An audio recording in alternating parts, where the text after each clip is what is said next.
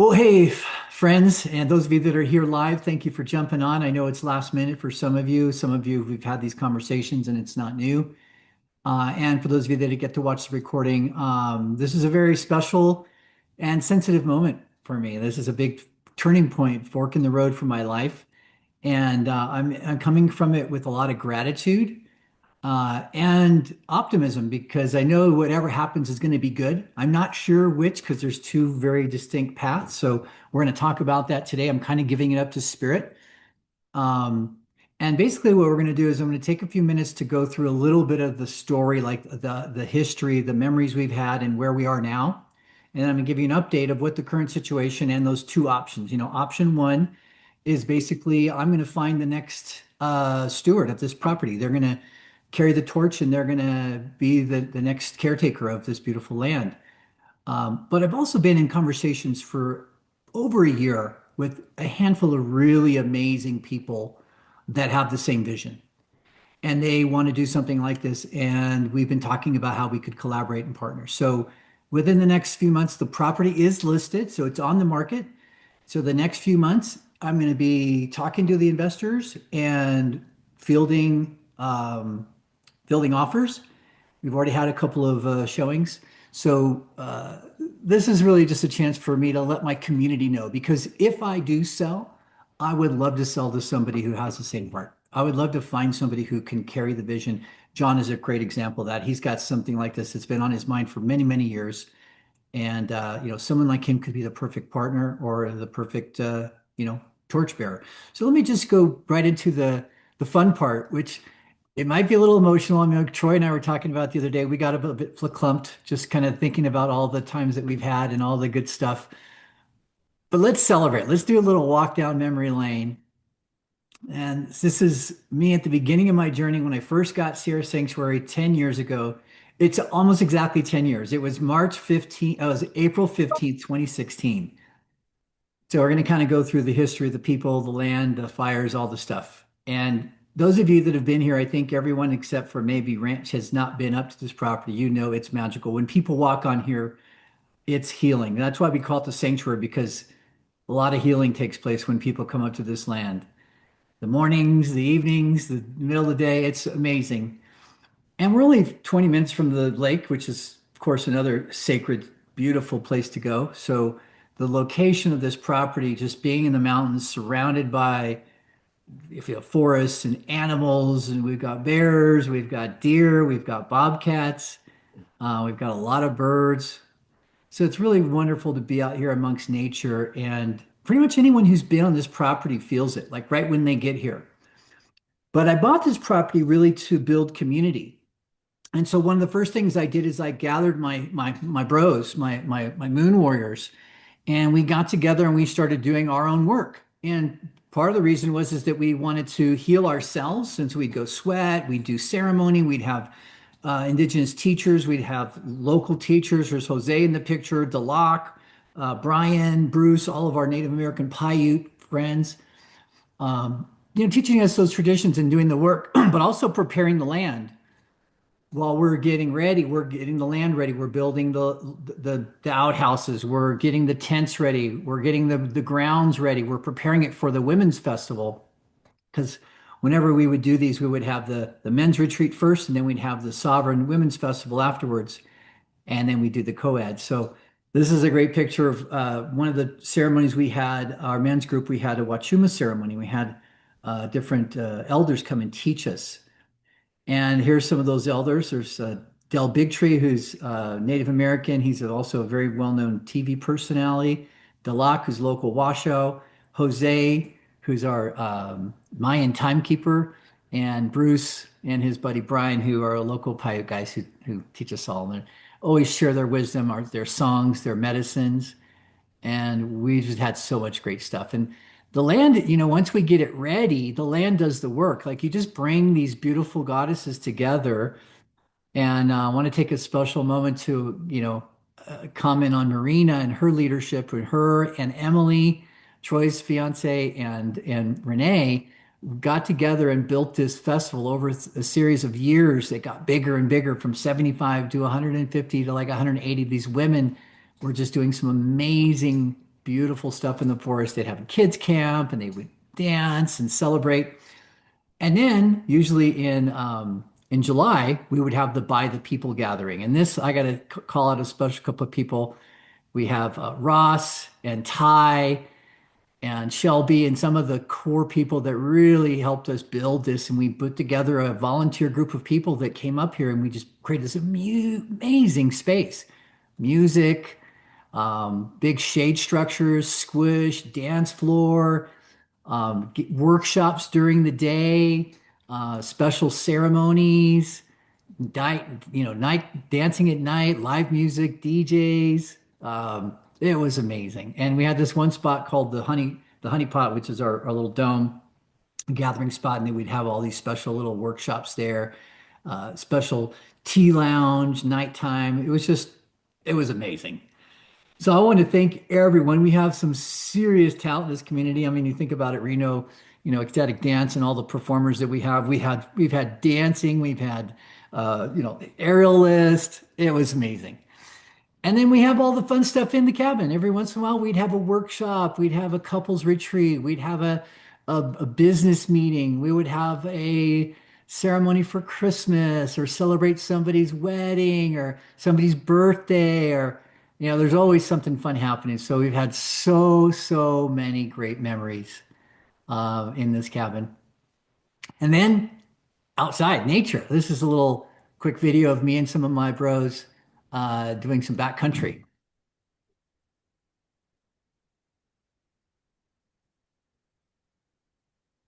That's me in the front. Love it. I love it. That's awesome. That's my buddy Isaac taking the pictures, Who needs a lift ticket when you right? get that, right? You don't, you just drop off. We drop off from a car. We have one guy drive down the hill and then we take turns. And just we had so much fun in the snow, watching Jazzy grow up and getting her a job at Mount Rose, playing in the snow, having friends come up, my brothers and sisters, just so much. Watching this little bear, that's her nickname, Little Bear, grow up, get a job, learn how to snowboard. It's been one of the highlights of my life. This has been, even though the relationship with Marina is over, the friendship is not, and the family is still there. So that's pretty cool. I'm really excited about that. So many great memories, so many great powder days at Mount Rose, and backcountry as well. But Mount Rose was only 5 minutes away, so hey, get a season pass. It's a no-brainer. Me and Gino and my homies getting some freshies. We always try to get it out there right after right after it's fresh. Get some powder. And now we're going to go into like the stage of the challenges. I skipped over one challenge. One of the challenges I didn't have a lot of pictures for was the flood when we had to rebuild the roof and we had that big snowmageddon in 2023. We had a big snowmageddon, and then a year later we've got the Davis Creek fire. And what happened was that I was out of town. Unfortunately, I was down at a business meeting and I got this text alert saying that we've got to evacuate. So I get a call from Marina. She's evacuating. She's like, I don't know, should I do it? Like, yeah, let's get out of there. So her and Jazzy evacuate. I turn around, start heading home. I'm driving home from San Diego. It's a day and a half trip because I can't drive for more than 5 or 6 hours or else my back will go out. But I'm watching it on these maps and I'm watching the fire get closer and closer. My house, you can't tell, but I don't have a pointer here, but my house is where this dot here is on the windy road. That windy road is Mount Rose Highway. And I'm watching the fire and then they're bringing in the air patrol. The winds are crazy. And then I get this text from Sarah, one of my good friends. She lives down the hill. She goes, Greg, I think this is your cabin. And I'm like, no, that can't be. But sure enough, it is. So this is a view of from Mount Rose Highway. You can see the fire coming up over the hill. My cabin is right down here. And the firefighters went in and built a back burn so they could protect so the fire would go around the cabin. Check this out.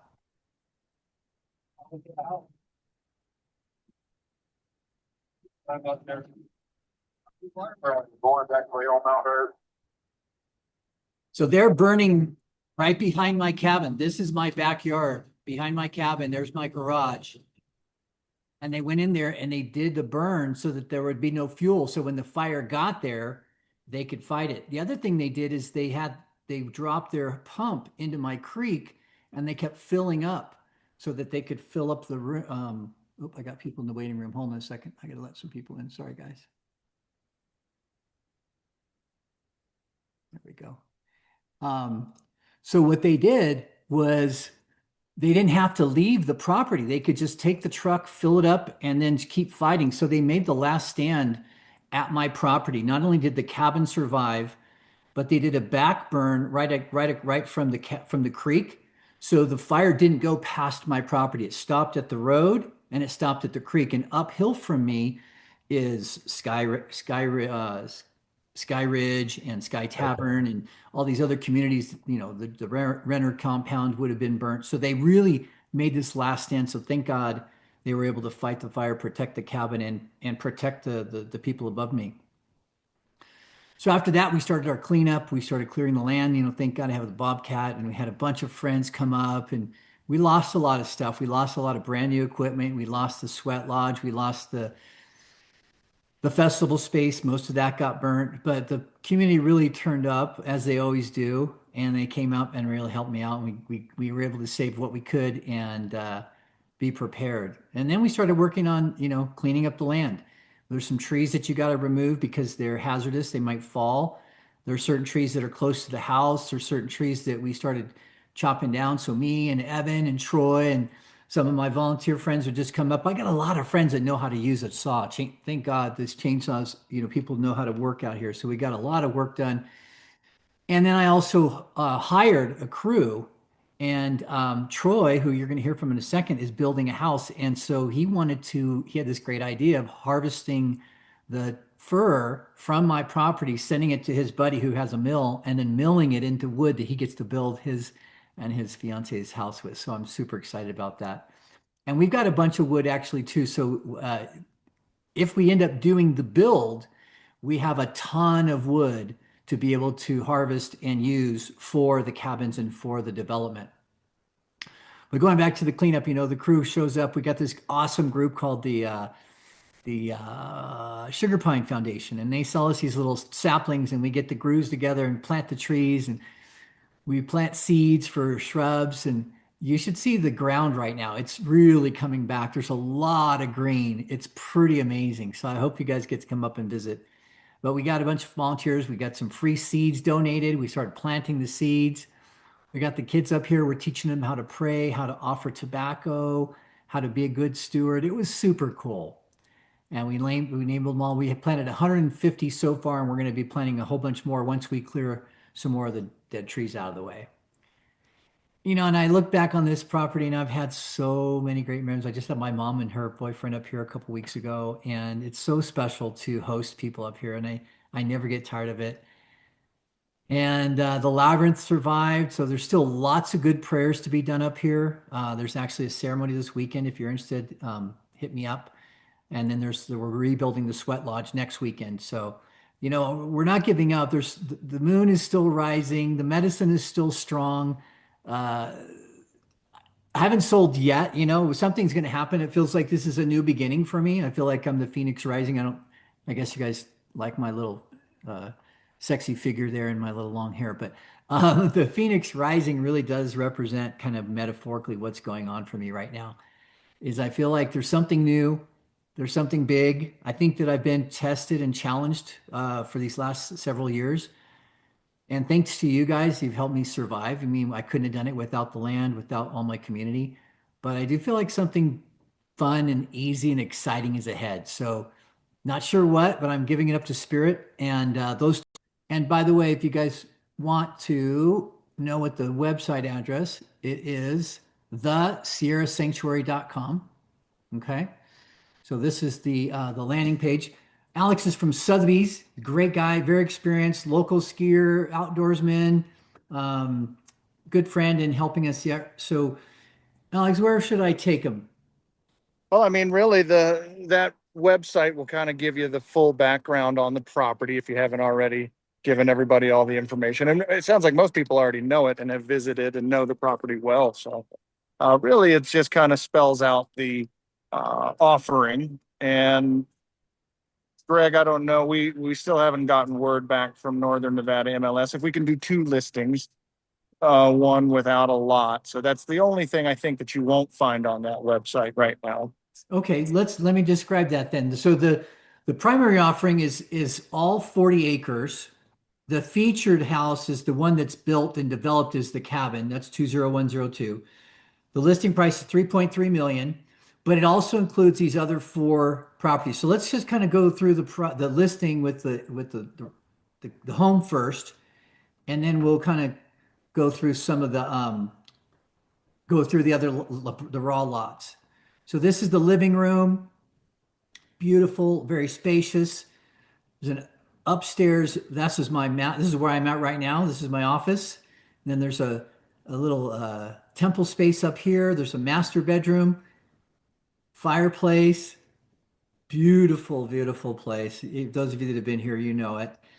Um, that's a view from the fireplace. This is a view from the kitchen. It's a really cool kitchen because you can serve, you can cook and prepare and kind of entertain while the table's there. People could be sitting there having a cocktail, having some hors d'oeuvres, and you're cooking. Big island, all the modern amenities from a kitchen. This is one of the offices. This is a spare room slash office. So there's 3 bedrooms. This is the downstairs bathroom. This is another view of the office. View from the living room. View from the back porch. Downstairs family room area. We have a whole downstairs suite that's like a 1,200 square foot. It's got a bathroom right here, got a power room right here, living room right here, and then a bedroom right here, which is a nice little, oh, there's the bathroom. Nice, kind of offers that multi-generational option to have in-laws live with you or kids, whatever it may be. Yeah, the whole downstairs is actually something I was thinking about renting out. And so if anyone wants to, stay here for a couple months while we're selling, the whole downstairs is available. It's standalone. So it's got the nice bedroom, 2 private entrances, one here, one in the family room, private bathroom. And now we're upstairs. We're on the 3rd floor. This is my master bedroom. This is the 3rd floor of the cabin. There's a view from the top. Master bathroom, big sunken tub. I love that thing. Love the rock work they did. There's the view from my office. There's the temple meditation space up top. There's the creek. Now we're kind of moving on to the property. So now we've moved from my cabin to the creek property, which is 6.24 acres. It has a creek that runs all the way through it. This is our little cold plunge. The creek never stops running. It's a perennial creek. This is a sky view. So this is like the Mount Rose Ski Resort. This is Mount Rose Highway. And the cabin is right over here. So you can drop in, you can drive up to the ski resort, you can ski down the hill, and you can drop into the cabin and come back and then do it again. This is an aerial view of the cabin. You can see the cabin right there. You can see where some of the wood was burnt here from the fire, but a lot of it survived. Most of it's going to survive. The only part that's really burnt is right here on this one hillside. There's the That was road. the part that we looked at the other day, Greg. What's that? That was the part we looked at the other day. Yeah, we went up here where all the black trees were. That's where we walked with the foresters. Yeah, that was the area we were talking about clearing completely, right? Exactly. And then right in the center, if you move your cursor to the left a little bit more, stop right there. Is that the edge? Is that the steep slope that we were at?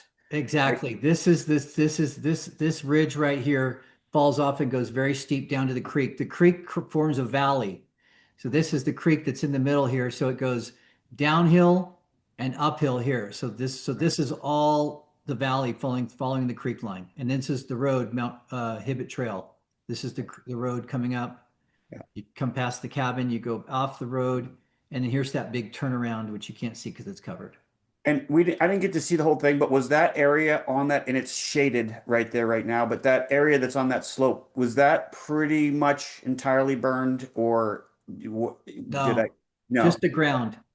just the ground. Just the Okay. ground. Yeah, those 80% of those trees are going to survive. 80 to Oh, 90% of the trees are going to survive. Okay.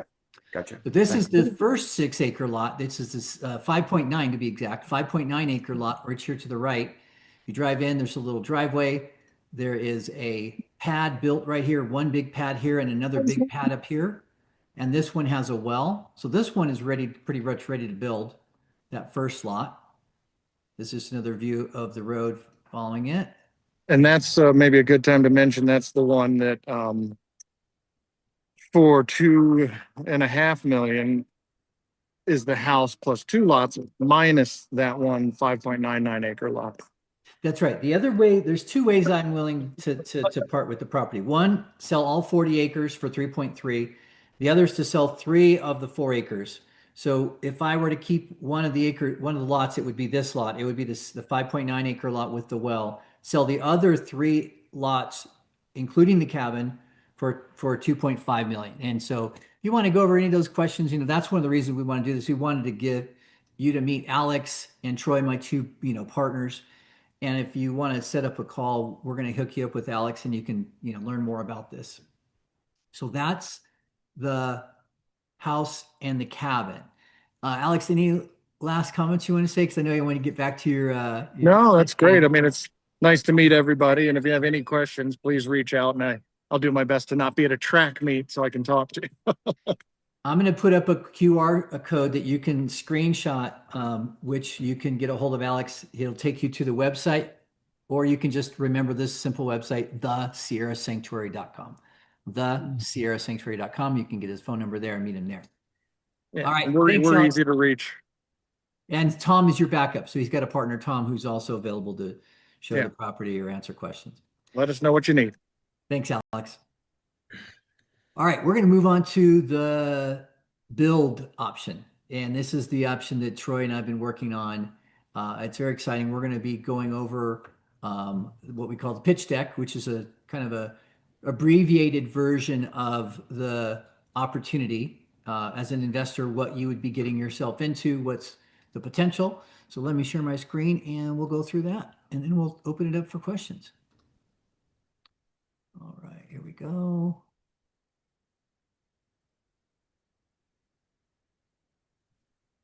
All right. So the reason I still totally love this property beyond words is that in a beautiful time of health and safety, it's an amazing retreat for healing and an off-grid place that I live on a retreat every day. It's like being on a resort. But when you look at the world right now and you've got world calamities with whatever it's fire or whether it's war or whether it's finances, it's like if the shit hits the fan, the reason I built this property off grid is so I would have a safe haven.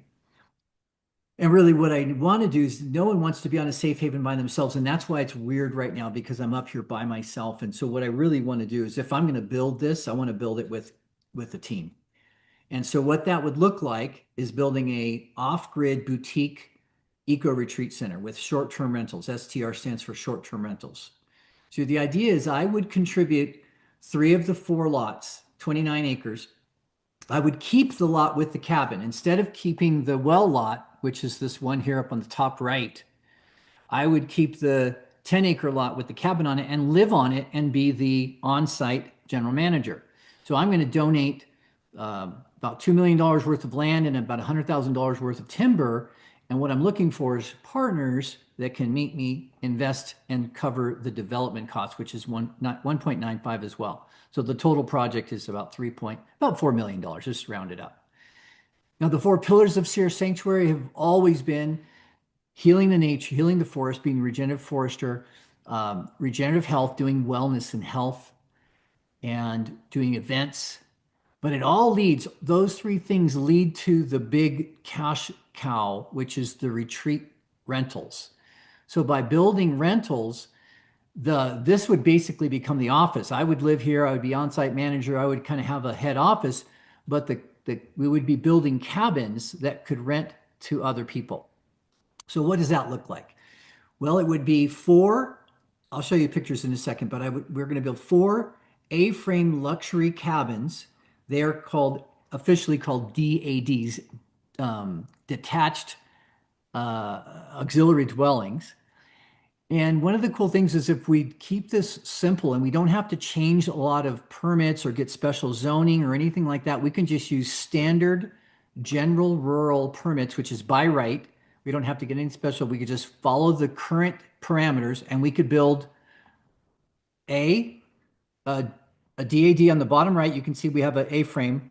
DAD number one, that's one of our first cabins. And then on that same plot, we would build a big dome, a 42-foot event space dome.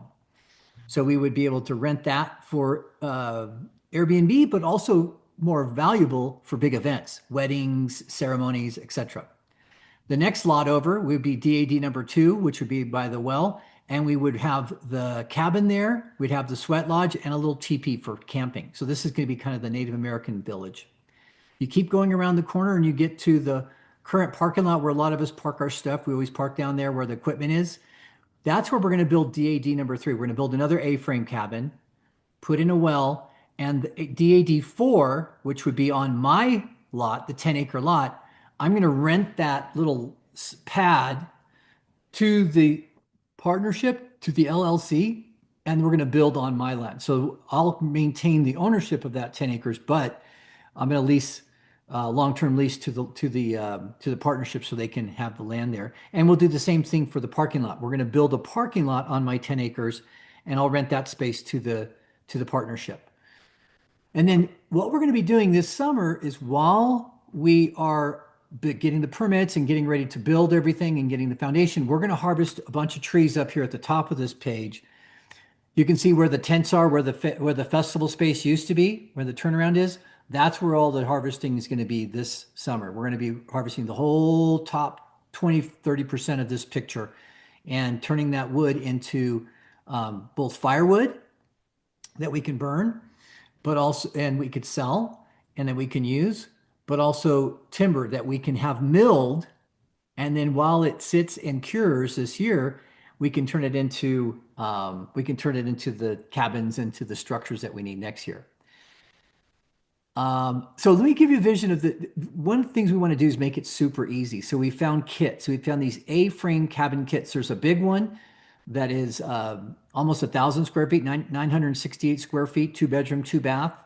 And we're going to rent that for $500 a night. And then we're going to have a little medium-sized one, 1-bedroom, 1-bath. That will be 730 square foot. And then we're going to have one kit that's a dome. And we've talked to these vendors. We've got good relationships. We know how they can be built. And these kits make it really easy to pop up and finish the structure. That means we can have it done within a year or year and a half is the estimate that we have. And then we can start renting and making money. So let's move into the financial side real quick. We're not going to go into detail. I have Troy here. So if you have any questions, he's going to be happy to answer. But basically, the development costs are primarily into developing the land, the site, the cabins, the infrastructure, and then some budgets to operational. So as we open up the operational budget, okay, we're going to need to pay some taxes. We have some permits to do. The general manager, which is me, I need to get paid because this is going to be a full-time job. I'm going to be running it. We've got cleaning crews. So we've got a bunch of expenses on the left here, everything mapped out. But the bottom line is, when I started looking at having this filling up the rooms, right? How do you primarily you make money here is by having occupancy. So I started doing some market research. This one here on the left, Live Oak Lake, a guy bought 5 acres. He invested, what did he invest? He invested $138,000. He built 7 cabins, mini cabins, similar to the ones we're talking about. And for 2.1 million total, he achieved a gross revenue of 1 million his first year with a 94% occupancy. 18 months later, he sold the whole village, 7 cabins for $7 million. Now, I'm not sure I want to sell, but the revenue is good. Another one, Onera, they did tree houses. This guy from Texas bought 20 acres. He built 28 tree houses, very unique. You can see the picture here. It's kind of like hanging over the edge. And their first year, they had a 76% occupancy. So 94% for the first guys, 76% for the second guys. Again, making great cash flow, but then also raised a bunch of money. 5.2 million came in from investors that wanted to help him expand. So that's an option. We can expand this. We can do phase one with 5 units, and we can definitely expand for phase two. And just to show you this other one, postcards, they have these postcard cabins. These unique properties don't not work. They always work. I'm talking to a guy who specializes in this field, and I asked him on a scale of 1 to 10, how probability is a success. He goes, in your location with this kind of a unique property that's off grid, people want eco retreats, 8 or 9 out of 10. So when I look at the market research and we see that there's nothing like this in this area, nothing at all. These are some pretty good numbers. So what you're looking at here is the revenue from the cabin rentals and the event space rentals, which is at the bottom. So the SDR rental total is 535 if we're conservative, meaning a 60% occupancy. Or if we go a little more aggressive at 72%, still not very aggressive, 72% would be a $642,000 gross year one. And then another couple, 100,000, 150,000 from events. And now we have a nice, good cash flow. We have a nice projection. And if we can constantly get better and if we get more and more occupancy, get up to 85%, now we're getting to a significant $1 million plus, business. So where you have like a nice business that's constantly bringing in cash flow, low risk from my perspective. I think it's very low risk. But that's just based on the feedback that I've been getting, the research I've done. So we recommend everyone do your own research. This is not a formal guarantee of anything. This is a presentation of what my vision is and where we're going. And we'd love to talk to you more about it. But one unique thing that we've done is we found that because we're so into ceremonies and plant medicines and being able to do things that are not only focused on profit, where we can actually focus on purpose, by creating this ministry, it's a 508c1a. It gives us the ability to not only have freedom from tax advantages and things like that, but First Amendment freedom. So we can do ceremonies, medicine journeys, sweat lodges.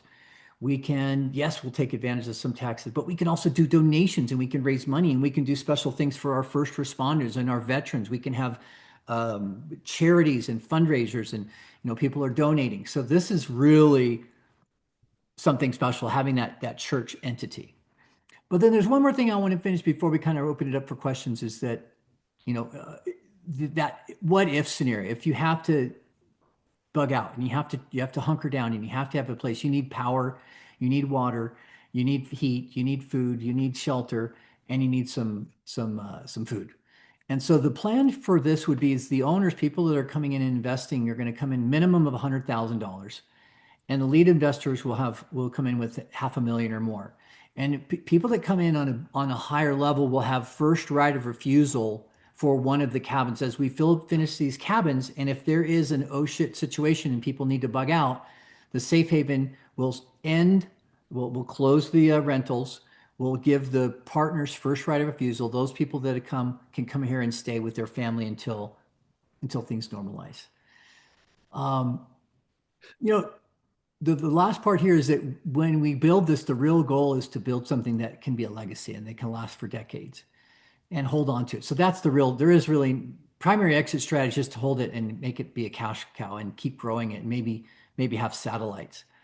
But if we needed to, we could refinance in a few years. We could cash out, we could pull some money out, we could start expanding, or we could do a special use permit, which is option number 3, which would be spend another maybe $20,000 in easements and permitting, but then we could grow the plan. We could turn it into a special, it's called a resort destination. Our area is already zoned for that. So you get that special use permit and you can build whatever you want, a restaurant, a ski lift. I mean, you could really make it into anything. And of course, there is always the option of selling. So that would be the option as one of the exit strategies as well. So to kind of wrap it up, we are looking for partners. We're looking for a win-win partnership. It's not something that I'm just looking for just flat out money.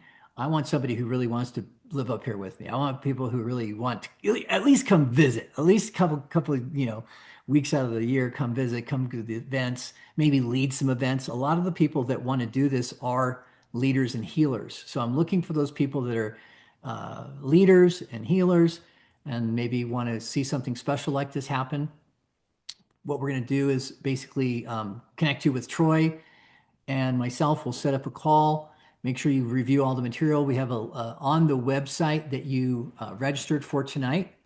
After you register, there's a pitch deck. So make sure you review the pitch deck and then get on a call with us and let's walk the property. That's probably the coolest thing is walking the property and visualizing and dreaming a little bit. Troy, just give us a little bit of your perspective from being a developer and fill in any blanks, anything you want. And also anyone who has any questions, feel free to raise your hand, but give us a little developer's perspective. Yeah, I think you did a really great job summarizing it. I'm glad you did the pitch instead of me because this is, at the end of the day, this is your brainchild, your baby that you've been nurturing for quite a long time, and I'm just here to help guide on the financial side and construction side wherever I can. But what you touched on earlier is that there's nothing like this in the Tahoe region. In the Tahoe Basin, around Tahoe, Truckee. There's no like Airbnb villages like this or retreat centers of this type. And so that's just a classic supply and demand curve equation, right? I mean, there's for sure demand. This is up in Tahoe and Reno and the surrounding areas, a very holistic community, lots of holistic community that want retreats, that want healing, sacred spaces. And then you obviously have the ski resort that's almost walking distance, and there's no hotels serving that. And there's hotels down in Reno, but there's no hotels right next to the ski resort. So the 24/7, 365 Airbnb offering that's going to give you hospitality offerings in the summer and in the winter is, it's again the supply and demand. So you got high demand, low supply, which gives you a more risk averse project. And there's this other trend that's happening right now. I know, I think we've talked about it before. Gary Vee, he's a social media expert. He's talking about like unplugging is one of the biggest trends for 2026. People really are tired of being tethered to their computers and their screens, and they're going to start paying extra good to go to a restaurant where they take your phone at the door and you'll pay extra to unplug. So to come up to nature like this and unplug for whether it's a day or a weekend or whatever, it's pretty amazing. So last thing I want to say is that this story is not over. Before we wrap it up, are there any questions? Only a couple people left. All right, cool. Let me go and share this last screen here because the party's not over. Let's see. I want to show you this.